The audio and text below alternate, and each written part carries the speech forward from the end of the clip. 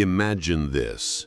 A young boy, barely come of age, stands at the altar, beside a woman whispered about at court as the 80-year-old bride. Laughter, venom, secret intrigues. This marriage became the strangest union of the 15th century. But behind the mockery lies something more, a story of power, fear, and the price paid for ambition. Why did this marriage shake the royal court? And what truly stood behind this incredible ceremony? Stay tuned. It only gets darker and more interesting from here. Look, he married an 80-year-old girl, they chuckled at court, as the young groom appeared arm in arm with the Duchess. Laughter rolled through the halls like wind across marble, light, mocking, and tinged with malice. He was so young, almost a boy, with slender fingers and a chin not yet fully formed. She, a gray-haired lady in a heavy brocade gown, looked easily 80. Yet they say the key to marriage is mutual understanding. Or perhaps its titles. It was the 15th century, a time when wars flared more often than candles in a chapel, and kings lost their heads faster than their jesters could concoct new jests. Against the backdrop of bloody dynasties, collapsing empires, and plague-ridden alleyways, a strange marriage between a teenager and a venerable widow didn't have to be a significant event. But it was. Because here, as in a poorly directed play, everything seemed too grotesque. The ages, the faces, the attire, the ceremony, the gossip, the hidden motives. John Woodville, 19 years old, the picture of health, with a pristine ribbon on his shoes and flushed cheeks. Her name was Katherine Neville, Duchess, perhaps 65, perhaps a decade older. History only retained approximate dates and snide remarks. But back then, at court, that was enough to stage a spectacle worthy of Shakespeare's pen. Only quills hadn't been invented yet, and William wasn't born. They say the laughter was restrained, polite, but it carried the peculiar cruelty of the nobility, a cruelty masked as curiosity. It arose not from pity, but from disgust it violated norms. He, a child with a surname craving power. She, a widow who had lost 3 husbands and several illusions. Together, they formed not just a strange couple. They became a symbol of how far political calculation could go if fueled by a measure of desperation and a pinch of greed. Today, this story is remembered as a curiosity, in the spirit of, "Did you know that?" with a smile, a wink, like a medieval meme. But linger for a moment longer, and the anecdote transforms into a drama, because behind this marriage lies not just avarice. There lie destinies, there lie fear, there lie familial ambitions that tear at human flesh. And if we look closely, behind the neatly ordered dates and dark mantles, we can glimpse the human, or rather, 2 humans. The Woodville lineage entered English history not as an example of nobility or virtue, but as a living embodiment of suspicion, resentment, and a rapid ascent up a ladder strewn with the broken bones of other families. Their story is a chronicle of the unexpected triumph of commoners among the gentry, like a storm bursting into the polished study of old aristocrats. And the epicenter of this earthquake was a woman named Elizabeth Woodville, John's sister, the Queen, mother of future princes, a widow who transformed her grief into opportunity and her beauty into a lever of power. It was she, cloaked in mourning, who captivated King Edward IV so completely that he defied all courtly logic. She was not accepted, whispered about, scorned. But it was from this marriage that the rise of the Woodvilles began, swift, defiant, and, as often happens in history, brief.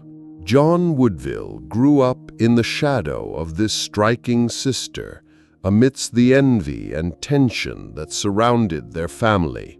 He was born into the household of Richard Woodville, the first Earl Rivers, and Jacquetta of Luxembourg, a woman also surrounded by legend.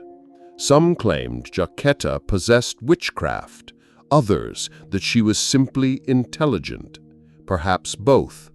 In any case, a family that had emerged from the depths of minor gentry suddenly began to rule the court. And this unsettled many. John's youth likely passed in a whirl of festivities, intrigues, and unexpected lessons in courtly diplomacy.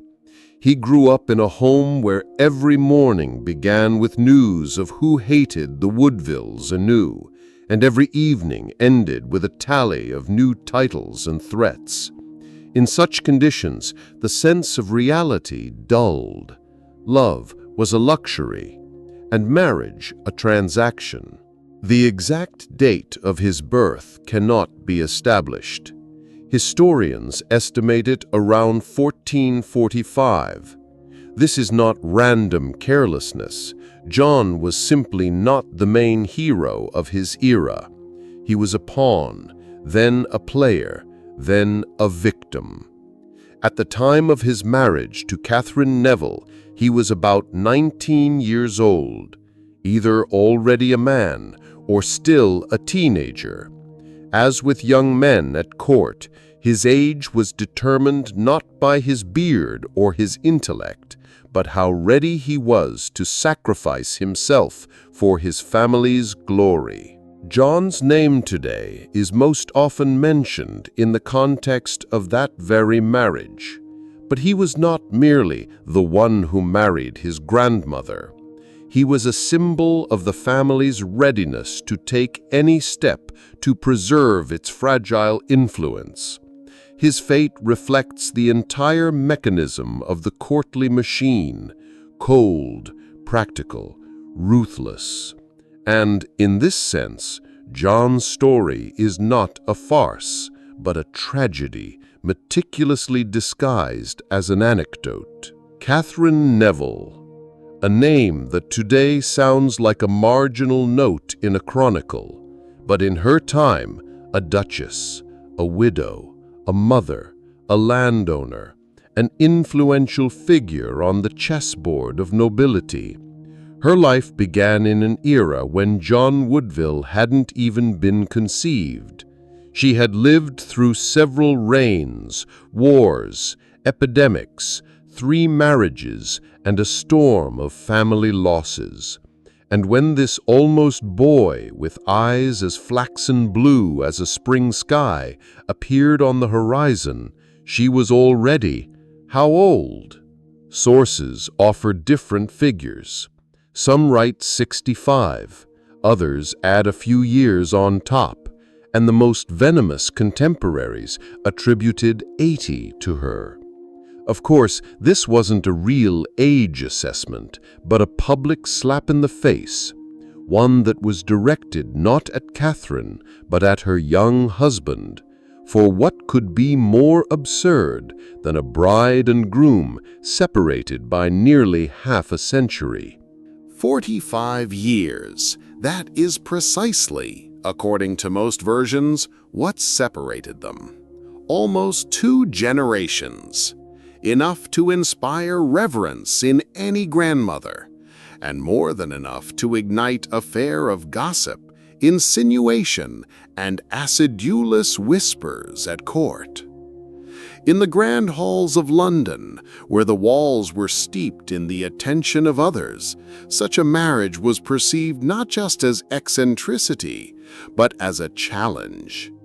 But Katherine Neville was not the kind of woman to be confined. Hailing from the great Neville family, she knew from childhood that every step she took was part of a family strategy. She had outlived 3 husbands, one of whom was the Duke of Norfolk himself. And if little is known about John's youth, Catherine, by the time of this marriage, was already a mother of 3 children. She had an adult son and 2 daughters. By social standards, a completed chapter, a respected widow, almost a matriarch. Therefore, when John Woodville took her hand, standing before the altar were not just people of different ages. Standing before the altar were 2 pieces of history, bound by a silk ribbon of ambition. He, an ambitious youth from a clan dreaming of immortality. She, a mature woman, weary of loss, but still capable of playing the games of the powerful. And here's what's important. This was not a story of love as we understand it. This was a story of calculation, of the logistics of dynastic interests, of survival.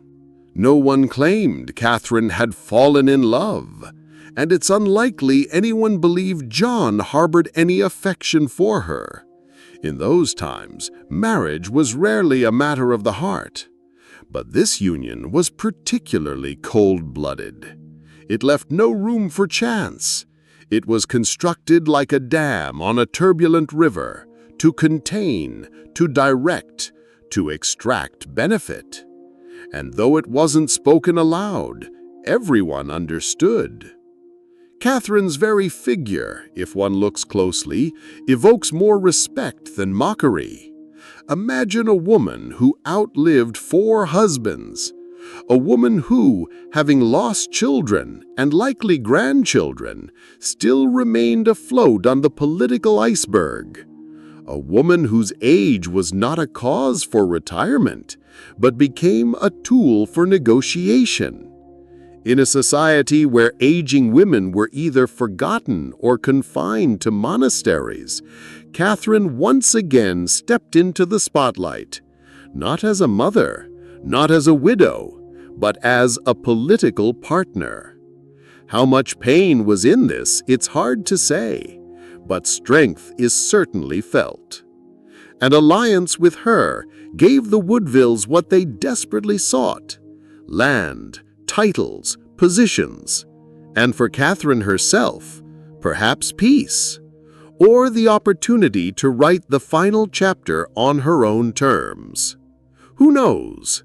History has not preserved her letters, only the words of others, but we can try to hear her voice too, in how she stood at the altar, straight, majestic, knowing that behind her was whispering, and ahead, another role. The question that torments everyone who hears this story for the first time is simple. Why? Why should a young man from a family that had suddenly found itself at the center of English politics tie his life to a woman who was not just his mother's age, but more like his grandmother's? The answer lies deeper than the courtly snickers. This marriage was not a whim, not a romance, and certainly not foolishness. It was a chess move, calculated, cold-blooded, and perhaps the only one available at the time. Katherine Neville, the widow of the Duke of Norfolk, remained an influential figure. Behind her stood not just a name, but vast estates, political connections, experience, and a title that continued to command respect even in the most cynical circles. An alliance with her could become more than just a profitable deal for the Woodvilles. It solidified their status in the eyes of the highest aristocracy, where every surname was valued like currency. The Woodvilles lacked ancient lineage, but they possessed ambition and growing proximity to the throne. For young John, this was a sacrifice, or a duty, or a forced demonstration of family loyalty. He likely agreed to this marriage without tantrums or slaps, as often happens in films, but simply, like one accepts a cold medicinal infusion, perhaps even with a sense of mission. After all, in a family where every day resembles a siege, you don't have time for personal dreams.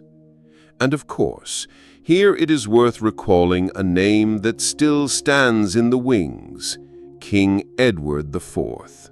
His sister's husband, a man largely indebted to the Woodvilles for his own fortunate marriage. It was rumored that he, at his wife's insistence, blessed John's union with Catherine. The king, as is known, could be calculating, but was also susceptible to influence. If this is true, and in such matters even rumors carry weight, it means the marriage was not only a family decision, but also politically sanctioned from the very top. For Catherine, this was her fourth marriage. Not a romantic adventure, not a last hope, but rather a contract between two systems.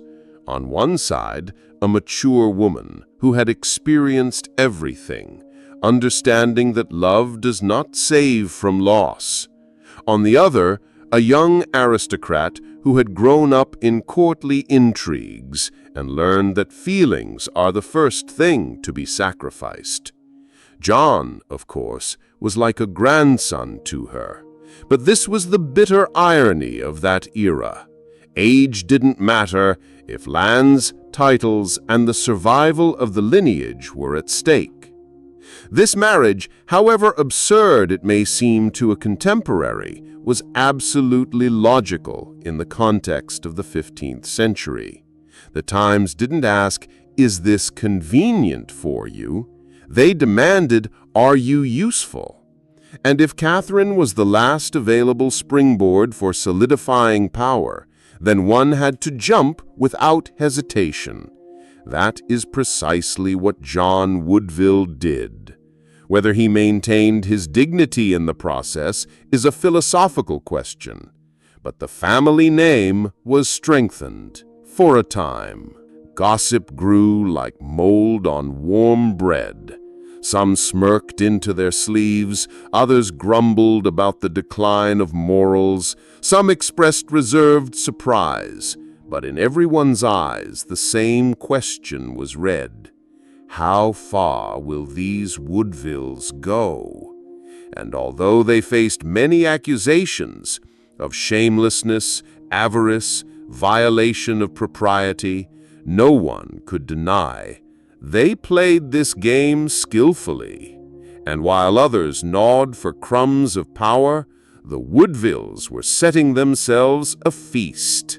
And then, with this marriage, the entire Woodville clan found itself under the spotlight. Every step they took now had political weight, and any marriage within the family ceased to be a personal matter. It became part of diplomatic strategy, a way of asserting. John Woodville's marriage to Duchess Neville was, in this sense, inevitable. Any match offered to him, given the family's new status, could not simply be profitable. It had to be demonstrative, symbolic, audacious.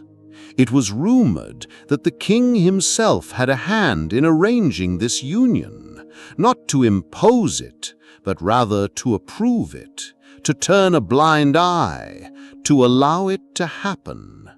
It's possible this was an act of gratitude for the clan's loyalty, for their support of his kingdom, or a gesture in response to pressure from Elizabeth, now Queen, who was gradually learning not just to charm, but to rule.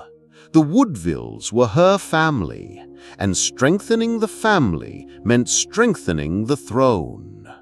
The very atmosphere at court by this time resembled an aquarium of hungry fish. Every alliance, every appointment, every gift caused agitation. Someone received a title. Someone was left without income. Someone gained the right to land. Someone had their estate taken away. In this context, the marriage between John and Catherine was perceived as a blow to the status of other families. It was seen not just as a desire for gain, but as political rudeness. How dare a young man, almost a boy, gain access to such wealth and influence, only because his sister sleeps with the king? And there was truth in that.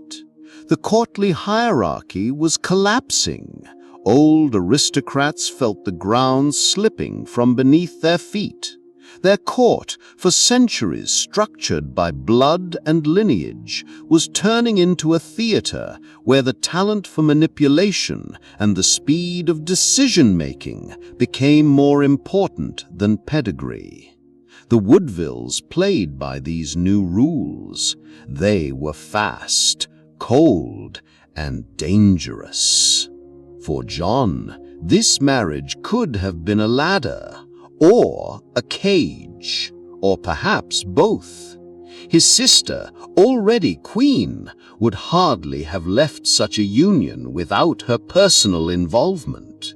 Elizabeth Woodville, despite the mockery, was a woman of wit, ambition, and political maturity. She understood that one wrong move by her brother, and the predators around them would start tearing. Therefore, every element of the marriage was calculated, from titles to dowry, from symbols to rumors. Even the irony with which it was surrounded seemed part of the plan. Let them laugh while we sign the decree. This was an era in which marriage ceased to be a religious sacrament and became a tool, not of love, but of power.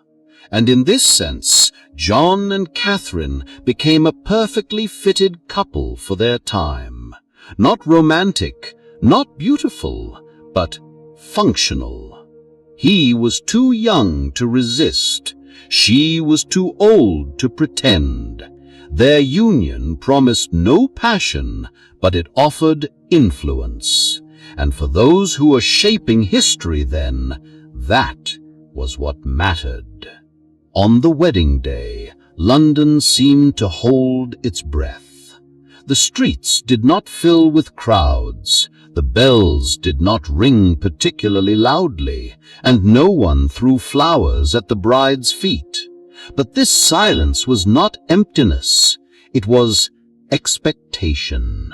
A strange feeling hung in the air, as if something unnatural, almost inappropriate was happening nearby, as if someone had decided to break theatrical tradition and bring actors onto the stage in the wrong roles, a youth in the guise of an elder and an old woman in the image of a bride.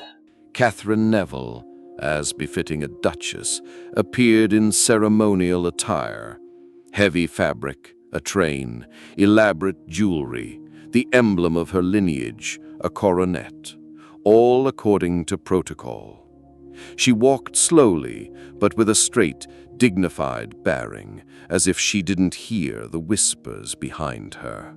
Or perhaps she truly didn't hear them. She had learned the art of deafness to humiliation in her long life. Or she learned to pretend not to hear. Her face was hidden by a dense veil, but even through the fabric, one could discern not confusion, not fear, but rather a weary calm. Beside her, John, young, in a festive tunic, as stiff as a recruit. He walked like a soldier on parade, precise, measured, not a single extraneous glance. There was no passion in him, but no terror either, only a certain inner freeze. The marriage he was about to enter was not about him. It was about family, about titles, about stability at the top, where any wrong move threatened collapse. The ceremony passed in silence. The priest spoke his words as if from beneath the earth. The guests stood like in a theater where no one dares to applaud. There were no loud congratulations, no radiant joy, only silent glances full of speculation. Some saw this spectacle as a farce, some as sacrilege, some as political grandeur. All saw a show, but almost no one saw the people. And yet they stood there, under the church vaults, like two stone symbols, not lovers, not fortunate, not a couple, but two upon whom an invisible burden was laid. A groom obliged to sacrifice himself for his surname, a bride who knew this was her final act in a play where she had long since been denied the main roles. Together they looked strange, almost absurd, and in that lay a striking accuracy. Absurdity. That was the true measure of the era's cruelty. Later, by the fireplace, behind closed doors, the courtiers surely exchanged sarcastic jokes. Amidst the clinking of glasses and the strains of a musician's violin, someone, leaning towards another, quietly said, "Grandmother and grandson." This image stuck. It became a meme of its time, a crude caricature behind which no one sought real people anymore, only symbols, only mocked masks. But however this union was regarded, the formalities had to be observed. This was not a secret union or a marriage agreement on paper. It was an official, recognized marriage with vows, oaths, and obligations. And as custom demanded, it had to be consummated. What transpired behind closed doors that night, history has not preserved, and hardly anyone would have dared to ask. At court, full of secrets, this question remained unspoken. Perhaps in that lay the cruel irony. Everyone discussed the union. Everyone knew its motives. Everyone whispered about the age, mocked, invented details. But no one dared to look deeper, because in this marriage lay a mirror. It showed the very essence of aristocratic life, where bodies do not belong to themselves, where feelings are useless, and a person is merely a piece on someone else's game board. Among contemporaries, this marriage caused more than just surprise. It became an occasion for endless chatter, condemnation, sarcasm, and sometimes open contempt. At court, where every movement was captured in the form of an epigram, and gossip was a form of power, the union of John Woodville and Katherine Neville instantly became a legend, but not one that inspired admiration, rather a warped mirror in which everyone saw their own fears. A lone youth, handed over to an elderly duchess, became a target for jokes passed from mouth to mouth like the plague in crowded taverns.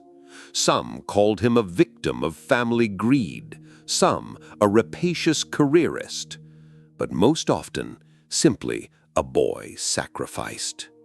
And in this narrative there was no room for respect, not for him, not for her, because a marriage in which feelings were clearly absent and benefit shown on the surface destroyed the illusion of nobility so carefully guarded by English aristocracy. The words for land, for title, for influence were heard everywhere, especially from those who themselves dreamed of these very lands, titles, and influence. And here lies the true reason for the nobility's implacability. The problem was not the bride's age, not the groom's youth, and not even the disruption of tradition. The problem was that someone else's ambitions proved more effective. The Woodvilles were winning, and winning too loudly. John and Catherine's marriage became proof of the family's shamelessness to their opponents, an argument used in political battles, pamphlets, at court. The Woodvilles, they said, respect nothing, neither decency, nor morals, nor even common sense. They married a boy to an old woman to grab even more power. This formulation stuck. It was repeated not for its substance, but for its sound. Because a label is always easier than a story. And if the Woodvilles had previously caused bewilderment, now they caused irritation. They were too successful, too bold, too alien to what was considered the natural order of things. Their rise was too fast, their moves too demonstrative, like new money that doesn't know how to behave in an old club. This was what was unforgivable. And this is precisely why John found himself at the forefront of this implacability. His marriage became an instrument of pressure, not on him, but on the entire family. No matter how much land he gained, how many rumors he dispelled, one thing remained unchanged. He forever entered the annals as that very youth who married the 80-year-old. That's how he was remembered, not for deeds, not for actions, but for a wedding that, like the tip of an arrow, forever pierced his name. Both Catherine and John likely understood that their union had become a public spectacle. But if Catherine, having lived a long life, knew how to wear such armor, then John, young and still unseasoned in political games, found himself almost naked under this gaze. He became a topic of conversation, like merchandise, like a chance occurrence, like a curiosity. And no title, no inheritance could erase this stain. It often happens with history. It remembers not the achievements, but what was convenient to laugh at, what was easy to whisper about without thinking. History loves whispers, especially venomous ones. And in this sense, the union of John and Catherine became an ideal target because it didn't fit into the poem. It disrupted its rhythm. It prevented the courtly spectacle from being convincing. John's sister, Queen Elizabeth, was hardly surprised by this marriage. Moreover, there are all reasons to believe that it was she who arranged it, or at least blessed it with the regal calm of a person who knows the price of all rumors in advance. Elizabeth could not allow her brother to remain without influence, without support, without territory. And the marriage to Duchess Neville, however wild it looked from the outside, offered all of this at once: a title, a land base, and most importantly, the solidification of new positions for the Woodvilles in the court hierarchy. The alliance was arranged with maximum precision. Everything looked legal, respectable, and solemn. All documents were in order. The dowry was discussed. The Duchess's estates revalued. Their union worked like a shop window, where every element had to transmit: we are in power, we know what we are doing, and we don't care what you whisper. And in this lay its political audacity. Not in the age difference itself, but in how the Woodvilles refused to justify themselves. This infuriated them the most. Irritation was building at court. A family that 10 years ago was almost nobody was now occupying the royal halls, bestowing titles upon relatives, arranging scandalous marriages, and behaving like an old dynasty. The aristocracy seethed. Old lineages, accustomed to slow generational change and invisible alliances, saw barbarians in the Woodvilles. They were hated not because they were bad, but because they were new and too fast. John found himself at the very center of this tension, not by choice, not by fault, simply by virtue of his origin.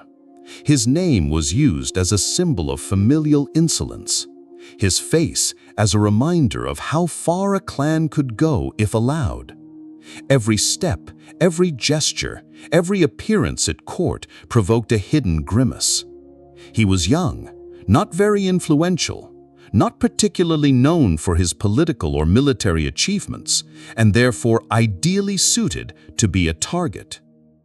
But it was precisely this target that brought the family benefit. Thanks to John's marriage, the Woodvilles gained additional titles, income, political guarantees. Against the backdrop of growing instability in the kingdom, this was like mounting a horse before a storm. They felt the approach of conflict and hurried to consolidate their position. And thus, everyone who was part of this structure had to play their role. John, albeit with a bowed head, fulfilled his. Perhaps he didn't ask himself if he was happy. In the 15th century, this was not a criterion for evaluating life. Much more important, do you serve the family's cause? The Woodvilles served. Selflessly, wittily, sometimes ruthlessly. And John, as one of the bricks in this building, had no right to waver. Even if behind that brick lay a living person with fear, youthful longing, and an unbearable sense of the absurdity of what was happening. The Woodvilles' opponents gained a new reason for anger. The marriage to Catherine became the straw that could break the back of discontent. It exposed all the weaknesses of royal power, dependence on a favorite, the influence of her family, weakness before clan interests, and therefore John, unintentionally, became a marker of the crisis. He uttered no word in public, but his wedding spoke louder than any parliamentary speech. It said, "We are here, and we will remain." But every rise has a ceiling, and a family that rose too quickly in the hierarchy and announced itself too loudly inevitably attracts a queue of those who want to cast it down. John Woodville, whose name had already been turned into a target for ridicule, ultimately became a victim not of laughter, but of revenge. Just a few years after his famous wedding, he found himself at the very center of a political storm that broke out in England with a fury that neither castles nor battlefields had seen for a long time. The Earl of Warwick, a man with predatory charisma, a noted schemer, once an ally of Edward IV and then his sworn enemy, began to settle personal scores with the Woodvilles. It wasn't enough for him to simply win. He wanted to humiliate, and above all, to strike at those whom the king had elevated to a pedestal through love, not through blood. This meant the Woodvilles had to disappear, in a literal, physical sense. In 1469, John was captured, without much fanfare, without tribunals or defenders. He was accused of treason. What specific treason was meant, history is silent, because the accusations were most likely just a pretext, a formality behind which lay a brutal political necessity. He was too convenient a figure not to be used as an example. His death was to be a warning. The sources do not preserve details of his final days, where he was, what he felt, whether he hoped for mercy. We do not know. History has left only a dry line, executed. But behind it, one can sense much more. Not only the tragedy of youth, cut short at the peak of external strength, but also a silent capitulation to the very system he tried to conform to. He played by its rules and was still erased. The question of whether he ever managed to love, find himself, feel warmth, remains unanswered. Perhaps in the couple of years between his wedding and his capture, he had a moment when he looked not at political documents, but into the eyes of some lady of the court. Perhaps he dreamed not of coats of arms and estates, but of his own home, or simply of silence. But dreams rarely leave a trace in the chronicles, especially for those who had no right to voice them.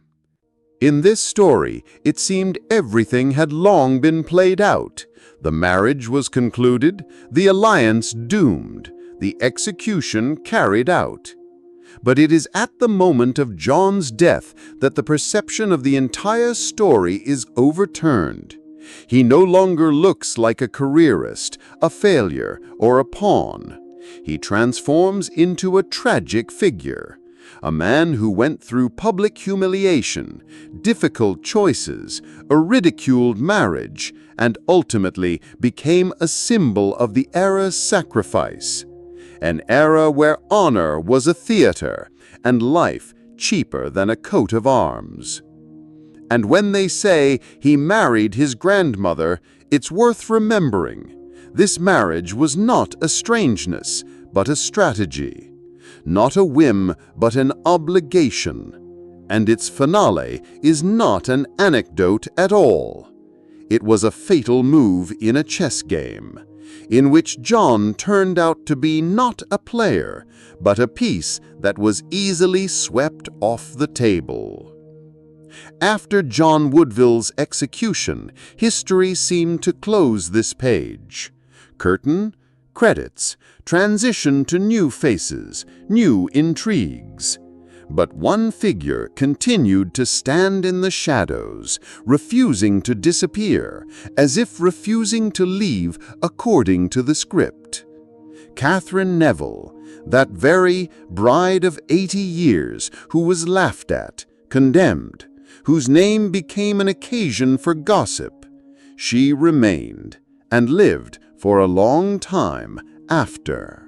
A paradox worthy of a tragicomedy. Having outlived all her husbands, her son, her grandson, and even her great-granddaughter, Katherine spent nearly 2 more decades in a world where she had long been written off. She was the last of her generation, a witness to the collapse and rise of dynasties, a living chronicle that no one read anymore. The world around her changed. New kings ascended the throne. The walls where her marriage had once been discussed with admiration or hatred now filled with other voices. But she remained, quietly, unexpectedly, stubbornly. Where she lived, how she spent her days, what she found solace in, is unknown. History rarely records female silence. But from sparse traces, one can assemble an outline. Her status as Duchess was maintained. In letters, she was called beautiful, perhaps out of respect, perhaps out of polite old habit. In any case, she was not a woman who was written off. She was a figure treated with cautious respect, despite all the past scandals. Katherine passed away around 1483, or slightly later. There is no exact date, only an approximate age, 83, possibly 86, a lifespan almost unimaginable for the 15th century, where most women did not live to see 40. She survived the plague, wars, 4 husbands, and the death of her own grandson-in-law, but she remained standing, like a tower that is bypassed in silence, because so much within it reminds of the old world. It was too convenient to make her a comical figure, an elderly woman marrying a boy. Convenient and safe, After all, it is much harder to recognize her as a political player, a woman who did not lose her dignity, a mistress of her fate who accepted the terms of the game and did not retreat. She could have disappeared, dissolved, chosen a monastery, as many widows of her time did, but she chose a different role, the last, bitter, stubborn one, and she played it to the end. There is no happy ending in this story, but there is truth. Truth about human resilience, about the complexity of choice, about the price that must be paid by those who found themselves at the center of a political meat grinder, having neither the will nor the desire for it. History remembers Catherine and John as a curiosity, and it's a pity. It was not a joke, it was a drama. And if you look more closely, beneath the layer of irony and condemnation, you will find what is so rarely preserved in chronicles: a voice, a quiet, stubborn, female voice, reaching through the centuries.